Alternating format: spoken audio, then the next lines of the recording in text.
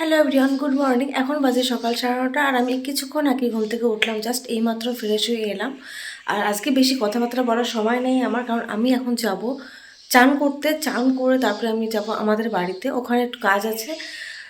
আর এর মধ্যে কি কি করি সেটাই শেয়ার করবো আজকের এই ভিডিওতে। ঘরের এই দুটো গামছা যে আমি কবে সরাতে পারবো এই ঘরের থেকে, সেদিন আমার শান্তি হবে। আজকে ঘরটা বেশ ক্লিন লাগছে। সকালবেলা উঠে মুডটা খুব সুন্দর ফ্রেশ ফ্রেশ হয়ে গেল, কারণ আমি কালকে ঘর গুছিয়েছিলাম তাই জন্য।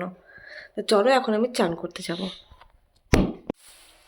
আমি রেডি হয়ে গেছি বাড়ি যাওয়ার জন্য। চলো যেতে যেতে কথা হচ্ছে, এখন আর সময় নেই। 11টা বাজতে গেল। টাটা। আজ আমি এমসিপি কাট করার জন্য অঙ্গনওয়াড়ি স্বাস্থ্যকেন্দ্রে এসেছি। সেখান থেকে আমাকে প্রেগনেন্সি টেস্টের কিট দিল। টেস্টটা করলাম আমি, এবং তাতে কনফার্ম হওয়ার পরে আমাকে এমসিপি কার্ডটা দিল। সাথে আর একটা কার্ডও দিয়েছে, আমি একটু পরে দেখাচ্ছি। আর হ্যাঁ, এমসিপি কার্ড আমি 4 মাসে করেছি। যখন এই কার্ডটা হাতে পাই, মানে একটা কার্ড দিয়েছে এমসিপি কার্ড, আর এই বইটা দিয়েছে। এই বইটা যখন হাতে পাই তখন একটা আলাদা অনুভূতি তৈরি হয়েছিল। আর এই কার্ডটা তো আছেই, মানে কার্ডের থেকেও বেশি এই বইটা, যখন আমি মা হতে চলেছি, তো এই বইটাতে বেশি একটা অন্যরকম অনুভূতি, যেটা বলে বোঝানো যাবে না। আর এই কার্ডটা আমি করেছি যখন আমার 4 মাস প্রেগনেন্সি, তখন। এতে পুরো ডিটেলস আছে।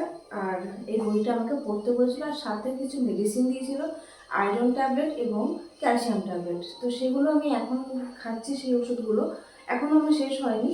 এই এমসিপি কার্ড করতে কোনো রকম টাকা পয়সা লাগে না, লাগে শুধু আধার কার্ড, ব্যাংকের বই এবং 1 কপি পাসপোর্ট সাইজের ফটো।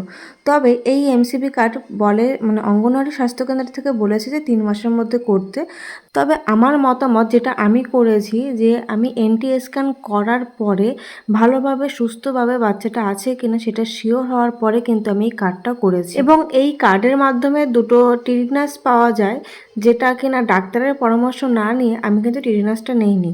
যেদিনকে আমি এমসিপি কার্ডটা করতে গেছিলাম সেদিনকে আমাকে একটা ট্যাবলেট দিয়েছিল, কৃমি, যাতে গর্ভ অবস্থায় কৃমি যাতে না হয়, সেই একটা ট্যাবলেট দিয়েছিল। তো সেই ট্যাবলেটটা আমার খাওয়ার পরে আমার কিন্তু শরীরটা পরের দিন থেকে খুব অসুস্থ হয়ে গেছিলো, যেই জন্য আমি হসপিটালেও গেছিলাম। এবং আমার সঙ্গে আরও যারা প্রেগনেন্ট ছিল তাদের কাছেও আমি শুনেছি, কিন্তু তাদের কোনো শারীরিক কোনো প্রবলেম হয়নি।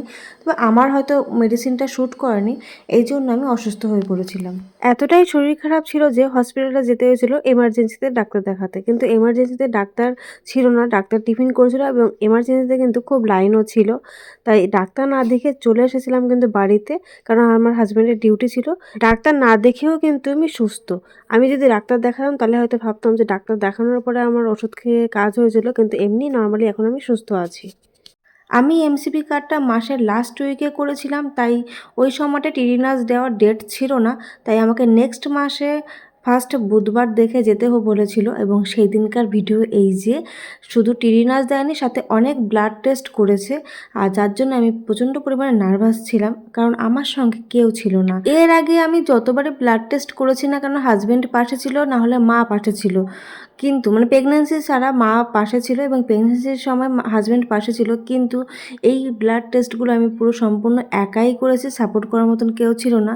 জাস্ট মনকে এটাই বুঝিয়েছিলাম যে পরবর্তী সময় আমাকে একাই থাকতে হবে, কারণ এই প্রেগনেন্সি জার্নিতে হাজব্যান্ড অ্যালাউ করে না, বা বাড়ির লোক কাউকে অ্যালাউ করে না, আমাকে একাই সামলাতে হবে। এই জন্য মনের জোর নিয়ে আমি কিন্তু ব্লাড টেস্ট এবং টিটেনাসটা নিয়ে নিয়েছি। সাথে এখন আমার ব্লাড প্রেশার চেক করা হচ্ছে ঠিক আছে কিনা। প্রেগনেন্সির শুরুর থেকে এই পর্যন্ত আমার প্রত্যেকটা ব্লাড টেস্ট, প্রত্যেকটা ইউএসজি স্ক্যান বলো, সব টেস্টই রিপোর্ট ভালো পেয়েছি। ওই জন্য আগামী দিনগুলো হয়তো ভালো কাটবে, সেই আশায় রয়েছি।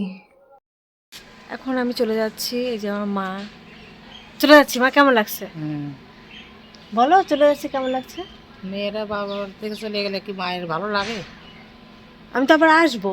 হ্যাঁ, আসবি তো, সে তো আমি জানি। ঠিক আছে, আসছি।